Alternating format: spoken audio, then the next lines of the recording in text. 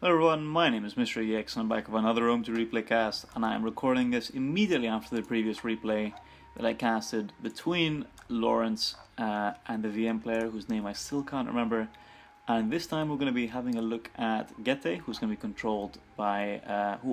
to be controlled by Xanthippus, and he's going to be versing Patronus from the VM clan, I believe, who's going to be playing as Pontus. These are probably two of my favorite factions in the game. Pontus is my favorite faction in the game, barring the Nomads, and Getae are up there for sure. So it'll be really interesting to see how these two players use these two factions against each other, because they're both very different, very interesting, both very different strengths and weaknesses, and it'll be very interesting to see the picks they've made given the rule set. The rule set, by the way, if you haven't watched the previous video, I do recommend you watch it, but the rule set is max 4 same, max 5 melee infantry, max 11 infantry as a whole, which is very different from other tournaments where you normally see max 5 or 6 same. Sometimes you get max 4 same, and then you get max 6 or 7 melee, or sometimes max 5 melee. Well, actually no, I don't think I remember a max 5 melee tournament, and you generally have more max 14 inf. So it is a bit different, and it has changed the meta somewhat in how these players are going to use these factions to their greatest advantages. So let's have a look at the armies real quick. Let's have a look at Xanthippus, which is really nicely organized for the time being. We have a Noble Sword Gen, we have 2 Noble Spears, interesting pick. Oh, he brought the Noble Spears because he wanted to bring the 4 Axe Warriors here. So fair enough, Noble Spears are a really good unit, especially against Pontus because of their cavalry counter tactics. So we have 3 Bow Horsemen here. They're going to be chasing down these mercenary Scythian horse archers, and actually these guys are far more cost effective than they are because they're cheaper and they're basically the same thing. He is going to support Noble Spears and Heavy Spears. Interesting how he brought this spear-based army of Getae. I guess he was anticipating a lot of cavalry from the VM player here. And these Bow Horsemen missing a lot of their shots over here. He has brought 4 Spear Horsemen, which is what you'd expect at least. I like to bring more actually sometimes if I can, because they're heavy mass and they're just great infantry killers, and they're quite cheap. And we have some Dacian heavy skirmishers as well. Decent unit, not great. And other than that, we don't actually have a skirmish line from the Getae. So 4 Bow Horsemen, which is an interesting pick. I like to bring 2 personally, because I mean, normally whenever I can bring horse archers I bring 4, but these Bow Horsemen are quite expensive at 420, and with the Getae, I like having 2 of them to give me that flexibility and to distract skirmishers while having a skirmish line. And that affords you some great maneuverability, and it really forces your opponent to engage with that sort of skirmish. But let's have a look at the Pontic player over here. So we have the 2 Scythian horse archers, which are a fantastic unit. I always take 4 whenever they are available for faction. We have the 4 naked swords over here, which you would expect because you have 380 as opposed to 480, which you'd expect in most factions. Both players, by the way, wasting ammunition on each other. So this is mad. What is it? Mutually assured destruction. They're both just firing off their payload and not getting much in return. So they're probably just gonna avoid that engagement for the time being. Just chill out where they are, let their horsemen rest. So we have the skirmish advantage is definitely in the favor of Pontus. So oh my god, these Noble Spears, they do have some nice armor at 80. Well, I say nice armor. Okay armor at 80 for the price. I think they're about 1,100, but these guys are getting absolutely wrecked by these Eastern Slingers, so Xanthe is going to want to engage immediately. Already we see this encirclement maneuver here, so he's trying to get attacking the rear here. Also, very interesting choice from the Getae. We see 3 pikes, really? 3 bronze shield pikemen? I mean, okay, Mr. Edgy, but I bring bronze shield pikemen from time to time, and they're actually one of the best pike units in the game for their price. Probably the most cost-effective pike unit in the game, I'd say, actually. But they are still pikes, and when you're against good players, it's very difficult to make that work, because people don't generally charge. Ooh, mistake from Xanthe over here. Big mistake, eating the skirmish fire from the Eastern Slingers. Naughty, naughty. We also have, so yeah, we have quite a bit of skirmish here. The 3 skirmishers, it's interesting because, oh no, he has 4 skirmishers, okay. Ooh, and we have a really clever engagement with the Spear Horsemen. We have the cavalry counter tactics going down to help kill some of the Cappadocians. That's a pretty nice early engagement for the Getae there. Ooh, and for some reason the Pontic cavalry got intertwined here with these heavy spears. You definitely don't want to be doing that. That's a big mistake.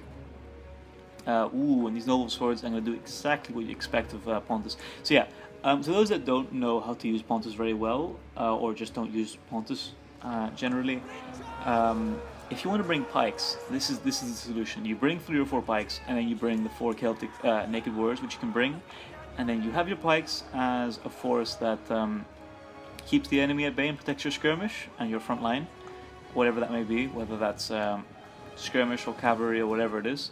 And then whenever the enemy, they get a little bit gutsy, they want to push on your pikes, you bring out the naked swords from behind your bronze shield pikemen, and then you engage. And then what do? You move out your naked swords so they can get their charge again, and then you push on your pikes so your opponent can't pursue your naked swords. So that's a classic strategy. You can get another charge of the naked sword, which is pretty nice, and you got actually quite a few kills on an expensive unit. So well microed here by the Pontic player with his the naked warrior and the naked warrior and pike combo. It's always nice to see, although we do have some micro mistakes coming here because we have this pike line facing nothing basically. He really should be reforming his whole army here to be facing the very dangerous and imminent threat coming from his left flank. These Cappadocians are just absolutely wrecking this bow horseman. He really should be pulling out. He's actually quite lucky in that he didn't lose many of his bow horsemen here, so he should be pulling out right now. I think he'd get away with it.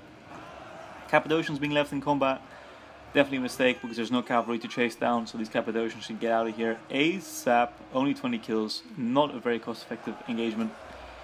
Bronze shield pikemen moving in here to support the fight, but they are pikes, and sadly, especially when you have this this 2-man line, it rarely works well for you. Even if you're supporting your troops here, I mean, sometimes it can work well, but generally it doesn't. They just can't get the kills. They just can't. You really have to get your opponent to just straight up charge, which never happens, especially in a tournament like this, where you have some really big names playing. A nice support unit here. The heavy spear is going to do really well against the Cappadocians if he manages to trigger that cavalry counter tactics. Getae has actually been buffed really nicely from this rule set because you have their spears, which don't have javelins and have been balanced with that in mind. And all of a sudden, spears from other factions don't get those javelins, so these spears actually fare really well against other factions now. So Getae have gotten a nice buff from this tournament, which I definitely appreciate. Although Getae already are quite strong, so they don't need it. This guy falling to the floor here. Yep, and the classic pulling the naked warriors behind your pike. So pretty nice micro from the Pontic player here. This is not so nice. Uh-oh. This is going to spell disaster if he doesn't get his guys out. He's going to get lucky. He's just going to take a few skirmish shots, but that could have ended far worse than it did. So lucky that he noticed that immediately. Ooh, we do have the exposed skirmish front over here, so I'm definitely going to expect Xanthippus to go after them with his cavalry. He has Pontic swordsmen over here, but they're gonna crack under the pressure from noble spears and heavy spears. Ooh, big mistake charging heavy spears, because first of all you have cavalry in the vicinity and you have cavalry counter tactics, which Xanthippus has to activate right now Xanthippus, unless if he's used it recently, but I don't think he has. You have to activate the cavalry counter tactics. Come on, man, activate it. You got it. Come on. Wait, are they not allowed? Is there something against cavalry counterattacks? I don't understand. Is there maybe some rule that I haven't read? But really, you should be activating cavalry counterattacks right now. So I'm not sure what's going on there. These Mercenary Axe Warriors will do... it's not a great engagement with Naked Warriors, but if Naked Warriors don't get a good charge, it'll go pretty well for you. Oof, this Noble Sword Gen has taken a lot of skirmish fire over here. Although really, these guys are really exposed, so he's going to want to swing around with his bow horseman here, or one of his, or this cavalry unit, just kill those skirmishers, just get them out to fight. Also, cavalry counter tactics is allowed, he just didn't use it, which is, I mean, he could have broken through far quicker if he had activated it faster. But not the best micro there, but I mean, it is difficult to micro all across the field, so I'll give him that one. But yeah, generally when I'm against the horse faction, the first thing I like to do when I have cavalry counter tactics at my disposal is just activate it. The moment I get into contact with cavalry, just activate it. You'll do so much HP damage. So always important to keep that in mind. This Cappadocian cavalry is a very nice unit. There's quite a lot remaining. 2 of them left, so that's going to be quite dangerous in the late game, and he's going to use them to protect his Eastern Slingers. Although now that they're engaging the Spear Horsemen, they are exposed, so actually Xanthippus should be going in with his bow horsemen right now and engaging those Eastern Slingers. They'll do really well, actually. Wow, these pikes are doing what pikes do, pointing completely the wrong direction. I mean, it'd be great if pikes could just turn around like most units do in this game and just point their pikes in the right direction. They really do need a buff, but we're not going to see it, so what's the point of complaining? Putting Swordsman being taken away from the fight, I'm not sure if that's wise, because the VM player is going to see it, and he's actually... Xanthi's going to lose men from pulling his men out like that. Plus there was no shield wall activated here, so I'm not sure if I agree with that move there. Station Heavy Skirmishers expanded their ammo, just going to chase after the Scythian Horse Riders. They're going to do pretty well actually, and it's a good unit to chase things with, because, I mean, not worth much, it's out of ammo. And it's, I believe it's, oh no, it's very light actually, so it's not that good of a unit to chase cavalry with then. But yeah, they'll do a good job at screening away light cavalry, like horse archers. Yeah, this is definitely going in Xanthi's favor here. What can I say about how things were used here, about the battle? Well, yeah, obviously Xanthi's almost certainly going to win this one. We should see cavalry counter-tactics activated there, by the way. What happened here? I think bringing the pikes was a mistake. I have a feeling that when we look at the pike units in the post-match commentary, we're going to see that they didn't get many kills at all. And that's because pikes suck. And honestly, Pontus is just such... I guess, you know, I'm not going to sympathize with the Pontic player in this match, because Getae under this rule set is quite a tough faction to deal with, because you have so many units with cavalry counter tactics, so going for a full-on cav spam, which is what I usually like to go for with Pontus, would have been difficult to pull off. And the other option is bringing a front line of Pontic swords and a mix of spears, I guess, and naked warriors, of course. So yeah, either you go with the really cheap infantry and the very expensive cavalry, which is a risk against Getae because of the bow horsemen and spear warriors, or you go for the expensive infantry line and lots of skirmish and a little bit of supporting cavalry. That's dangerous against the Getae again, because they can bring the 4 noble swords. So I do sympathize with the Pontic player. It's I would definitely, under this rule set, be in favor of Getae winning this pretty much every time. They're definitely the superior faction under this rule set, which is not to say that Pontus can't win. Pontus is a really good faction, not to be underestimated, but very tough to use against Getae. A lot of armor, a lot of cavalry counter tactics, a lot of units like Fox, which are really cheap and can do a lot of damage to cavalry. You have bow horsemen, which are fantastic for chasing down cavalry. You have your spear horsemen, which are very cheap, very heavy, can interrupt charges very well, good at chasing out cavalry. So you have a lot of really effective counters, and adding to that you have the Pontic Royal Cavalry, which aren't a very cost-effective shock cavalry. I mean, they're good banter to bring, but they're not very cost-effective, especially against a faction like Getae. So I definitely sympathize with the plight of the Pontic player here, but well played to both players, of course. And we're going to see this general getting only 74 kills, which is quite disappointing. Pontic swordsmen do surprise me. They're actually quite a good, well, not a bad unit for the price. I seem to find if you make sure they don't get charged, they will get their kills. They'll pay for themselves. But let's have a look at the stats here. So these bow horsemen paying dividends basically, because they were targeting cavalry and naked warriors, and they're doing a good job at screening away cavalry from getting to the back lines of the Getae. Oh my god, the spear horseman getting 321 kills, no doubt on the skirmish that we saw towards the end. These station heavy skirmishers, nice job Xanthi, that's a lot of kills for such a cheap unit, which you normally a throwaway unit. I prefer the Thracian Peltus.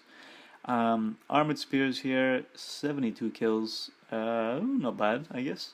These guys got some cavalry counter tactics off, which is why they got their chevrons, and they killed some nice expensive cavalry in the form of the Cappadocians, which didn't go very well coincidentally. These 2 armored noble spears didn't have to be used because there wasn't that much infantry on the field at all anyway. So this is a pretty convincing win from Xanthi. We have a lot of effective troops remaining. I could have continued fighting. From VM Patronus, this is, I understand how difficult. Wow, he actually brought 2 nobles as well, 2 noble cavalry. It's tough, man. It's tough to bring an army of Pontus against Getae, so I do sympathize with him, but do I like this build? No, I don't like the pikes. I don't like the choice of 6 melee cav. I mean, I think if you're going to use the melee cav at all, you might as well bring a little bit of shock cavalry, I guess. I mean, you can bring at least 1 shock cavalry unit, but you're going to need some killing power. As nice as these fantastic mid-tier heavy cavalry units are. They're going to get the HP damage down, but they're just not going to get the kills, generally speaking. But again, because of the cavalry counter tactics, it's a risk to bring Pontegruel cavalry. So I don't know. It's a pretty tough position. So anyway, thanks for watching. Hope you enjoy this battle, and I'll see you next time, guys.